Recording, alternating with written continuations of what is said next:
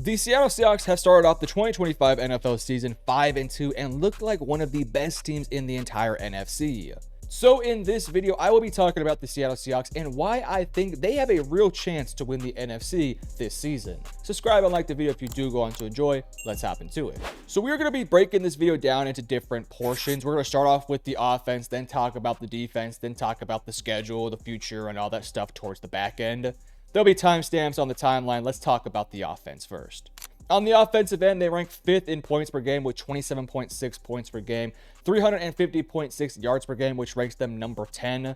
They rank top 10 in mostly every single statistical category. The only thing they're not particularly great at is third down conversion rate. Right now, they're at 33%, which is the 27th worst in the league. So there is some room for growth there. When you look at some other numbers, and we'll get into a deep dive on individual players and why the numbers look these ways. When you look at their rushing statistics, they actually run the ball at the highest rate, just under 50%, which is the highest in the NFL. But they are only averaging 3.7 yards per carry, which is the 30th worst in the NFL. And in the passing game, they're actually one of the lowest scoring pass play percentage teams. In fact, they are the lowest with just over 50%. However, they rank top 5 in completion percentage, yards per pass, passing yards per game, and even quarterback sack rate, which has been sort of an issue for this team in past years. So when I look at these numbers, this is a team that is extremely balanced, almost like 50-50 balance, where they're either going to pass the ball or run the ball. And heading into the season, I want to give you guys the context as to what I personally thought about this offense. I thought this was going to be a very balanced offense that was going to rely heavily on the ground game. But my biggest concern for this team heading into the season was what happens when they have a penalty or a sack or something that puts them behind the chains and they have to convert these second and long, third and long type of things. But so far this year, they have mostly been able to stay on track, have third and shorts, run the football effectively enough to put them in situations where on third or fourth down, it's not that hard for them to make it. This has been a team that really hasn't had a ton of third downs this year. It feels like for the most part, they're able to convert on first or second down, which has been really because of some of the playmakers on this offense. Let's look at the personnel for this team. Let's start off with their quarterback, Sam Darnold. Now, Sam Darnold came into the season with a lot of criticism in terms of the actual move to replace Geno Smith with Sam Darnold. Now, this was not from myself. I'm not speaking myself here, but I heard a lot of other people say Geno Smith was a better quarterback than Sam Darnold. And in some ways, I can kind of understand where those guys were coming from. I mean, Sam Darnold last year had a really rough end to the season, whereas Geno Smith was kind of everything for the Seahawks offense last year, where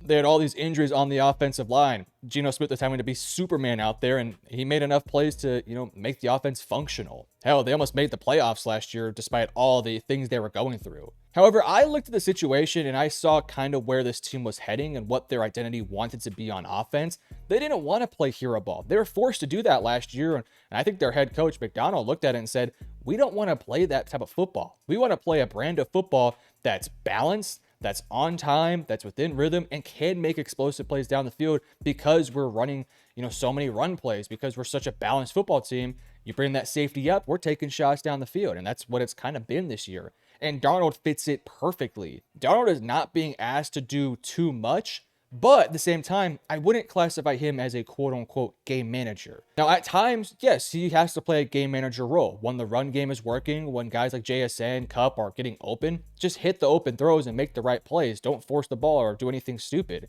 And he's been able to do that. But when he's asked to make big plays down the field or asked to make tight window throws, he's done that at a very high level. I don't really like the term game manager because I think it has a negative connotation to it, but it's really not a bad thing. When Darnold is being asked to just manage the game, he's doing a fantastic job of doing so. But when he's asked, hey, go be Sam Darnold, go be special, go make a play, he's also been able to do that as well. On the season, a completion percentage of 68.2%, 1,754 yards, 12 touchdowns to 4 interceptions.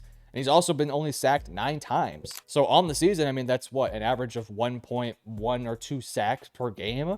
So that's really freaking good. And I think 2 of those interceptions came versus the Texans. So in the 6 games prior, I think he had 2 picks in the entire season. And again, what's really interesting about this offense, they're not asking Darnold to pass the ball 75% of snaps. It's a 50-50 split between him, Kenneth Walker, and Zach Charbonnet. So really fun stuff right there. I think Darnold's doing a fantastic job. And if he keeps playing like this, he's going to be in the playoffs, and he's definitely going to be a Pro Bowl caliber quarterback.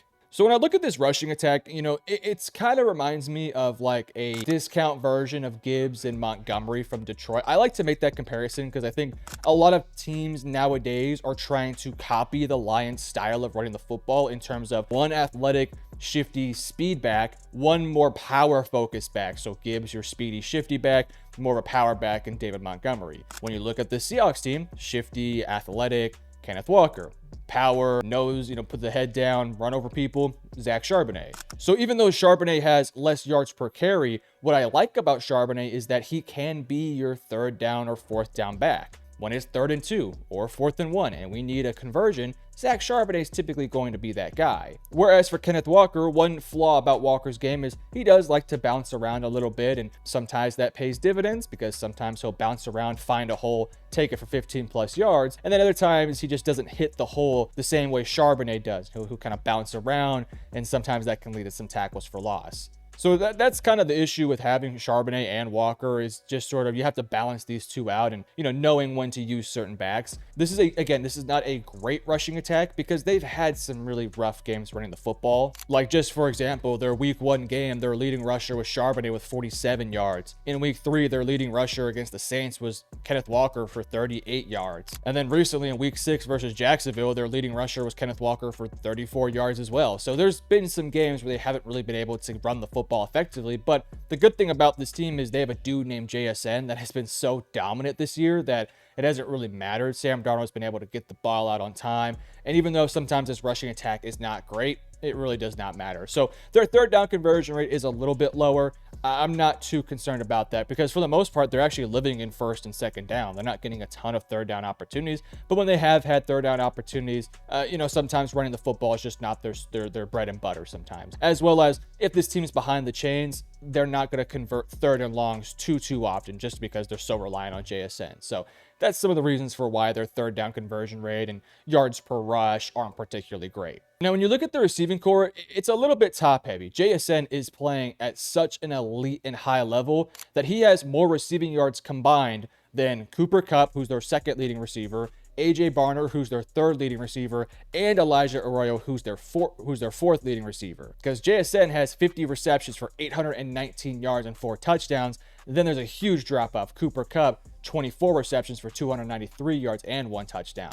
Let's start off with JSN. Now, I think I can speak to this one pretty closely because I'm a Cowboys fan. And in a lot of ways, you can look at JSN's career and compare it quite similarly to what CeeDee Lamb's gone through. Now, I think as a prospect, Lamb was a better prospect than JSN in terms of, I think everyone thought at some point Lamb was going to be a number 1.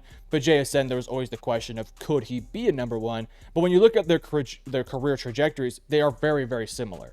Because CeeDee Lamb was drafted into a room that had a prime Michael Gallup and a prime Amari Cooper. So CeeDee was the third receiver on the team. Compare that to JSN. Entered the league, was drafted with Tyler Lockett and DK Metcalf. So he was the third receiver. Then year in and year out, guys would start to peel off.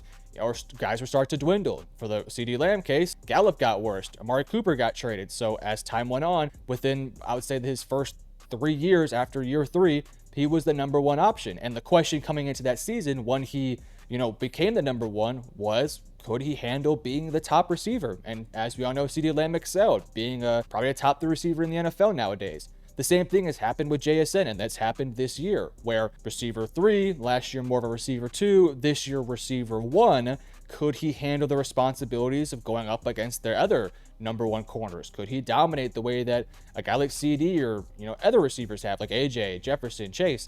The answer to that question is yes, he has exceeded at a tremendous level. There's an argument to be made that this year JSN has been the most dominant receiver in the NFL, and I think it's a very strong argument. He has taken over that number 1 role and has completely run away with it. I think he is doing a fantastic job, and it's really fun to watch. Now, on the offensive line, this offensive line is fine. They have flaws, mainly an Anthony Bradford problem, because that dude stinks. But their tackles have been able to stay healthy. Cross on one side, Lucas on the other side have been really solid to start the year off so far. I think Zabel at left guard has done a fine job.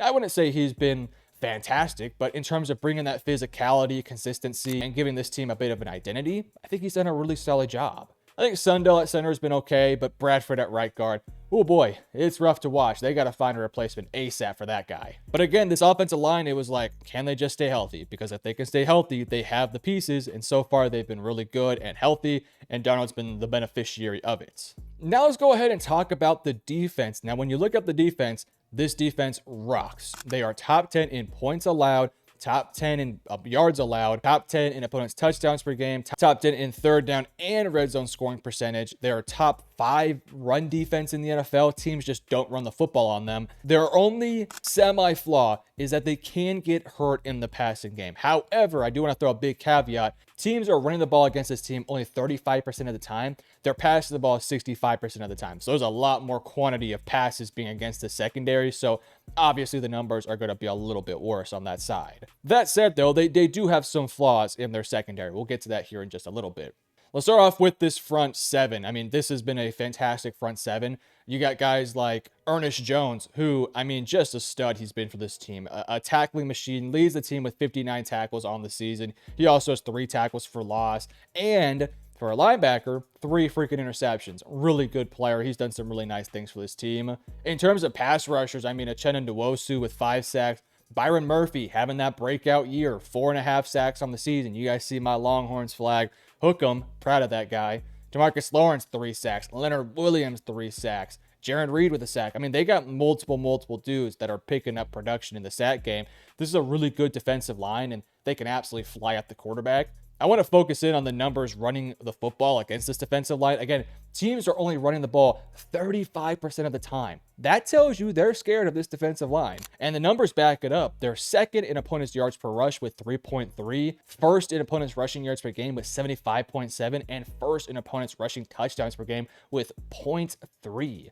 They also have the 12th best sack percentage at 7.69%. And man, this team is just absolutely flying around on the defense. You can look at the PFF numbers. Demarcus Lawrence with a 69.0 overall grade with a 72.8 run defense grade. Byron Murphy with a 72.9 defense grade with a 78.3 pass rush grade. They're really letting him fly around the field. And again, you just look all across that unit. It has been a really good front seven that has just been able to clog the lanes, able to get after the quarterback. This might be one of the best front sevens in the NFL. And that's, you know, putting them up there with the likes of even the LA Rams and all those other teams that have great front sevens. This one might be the best. Now, on the secondary, Devon Witherspoon, total stud, really good player. I think Josh Jobe has shown some really good life as well. Julian Love and Kobe Bryant, I think they've been fine in the safety room. I wouldn't necessarily call them like, you know, difference makers or anything like that, but I think they're getting the job done. I also want to shout out Darren Kendrick. He's got 2 interceptions on the season.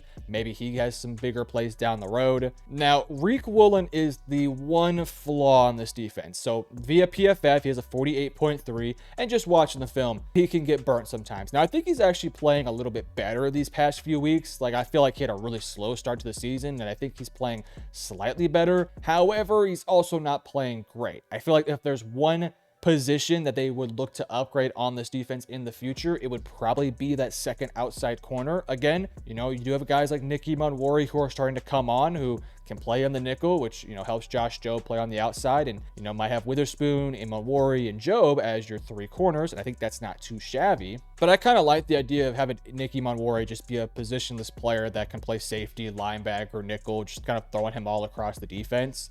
I don't really like just having him at just one singular position because he's such a threat and weapon out there. But if you want to get Woolen off the field, which doesn't seem like they want to do, then, you know, you can just play Josh Jobe over him. But again, I think Woolen is starting to play a little bit better. Not great, but a little bit better. But with that all said, that's really it for this depth chart. You look at this offense, it's a top 10 offense. You look at this defense, it's a top 10 defense. And if you guys follow me or follow my podcast, you guys would know that I have a saying out there that if you want to be a Super Bowl champion, you have to have 2 things: a top 10 offense and a top 10 defense. And when you look at the Seahawks team, they easily have both those. Now, when you look at their 7 games so far this season, they have been quite impressive. Now, they're on a bye this week, so that's why I thought it would be a good time to make this video. But Their 2 losses on the year are against the San Francisco 49ers. That was a week 1 game. I think they're trying to figure things out. I don't really take too much from that loss. They got a win versus Pittsburgh, a pretty dominant win. A dominant win versus New Orleans, a win versus Arizona, a loss to Tampa Bay in a game where they had the ball late and a chance to go down and win the game. So, despite the loss, that's a good loss. There are things called good losses out there. I know people say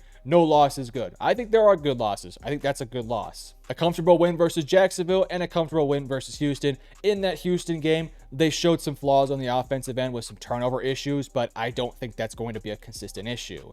Now, looking at their future bye week, again, they're on bye, so you can get healthy, you can stay healthy, you can readjust your game plan, all that stuff to figure out where you need to be at. But their future schedule is not the most difficult thing in the world. Because after the bye, they have the Washington Commanders. Will Jaden Daniels play, or will he not? Who knows? Then you have the Arizona Cardinals, a very winnable game. Who knows if Kyler Murray's going to start or not. Then you have your big matchup versus the LA Rams. You have 2 LA Rams matchups coming up that are really big for this division. It's going to be really fun in those games. You have the Tennessee Titans, the Minnesota Vikings, the Atlanta Falcons. I think those are 3 pretty winnable games for you. Huge test in week 15 and 16 because you have the Colts in week 15, who are my #1 team in the NFL right now. So big major test for Seattle. And then the LA Rams again in week 16. Really big game. It could have division implications. Week 17, you got the Carolina Panthers, and then week 18, a potential big matchup that could have division stakes or seeding stakes against the San Francisco 49ers. So if I'm going to predict them right now, they're currently 5-2. I think they beat Commanders. I think they beat Arizona. I think they split with LA. So let's just assume they lose week 11. Through week 11, I think that would put them at 7-3. I think they would beat Tennessee, Minnesota, and Atlanta. I would assume they would lose to Indianapolis. And again, I think they might lose to, they might slip up here and there. So if I'm looking at this the way it is right now, I'm looking at a 12-5 to potentially 13-4 football team. 13-4 is a little rich for me. I'll say 12-5, maybe 11-6 feels about right, which I think is plenty enough to potentially win the division and, make a playoff run. When you look at this NFC,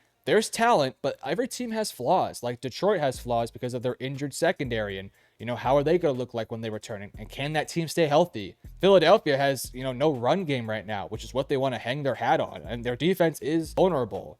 LA is a good team. I think they're a tough one, but division matchup, that's total coin toss. San Francisco, banged up as hell. I think eventually the wheels will start to, fall off a little bit for that team. At least you would assume with all the injuries there. So yeah, the NFC is open, and a team like Seattle is firmly in the conversation. I also have to shout out Tampa Bay too. They're a tough team, but I think Seattle's shown they can fight with them. So all in all, I like where the Seattle team is heading. I think they're easily going to make the playoffs this year. And once you make it into the playoffs, I think anything can happen. And I do not doubt the Seahawks team can potentially make a run. I think they have great coaching with great personnel and guys that are playing at a very high level. So you guys let me know in the comment section below, how many games will Seattle win in 2025-26? You guys let me know in the comment section below. And can they win a Super Bowl? You also tell me that. And if you enjoyed, hit the like and subscribe button. I love you guys. Peace.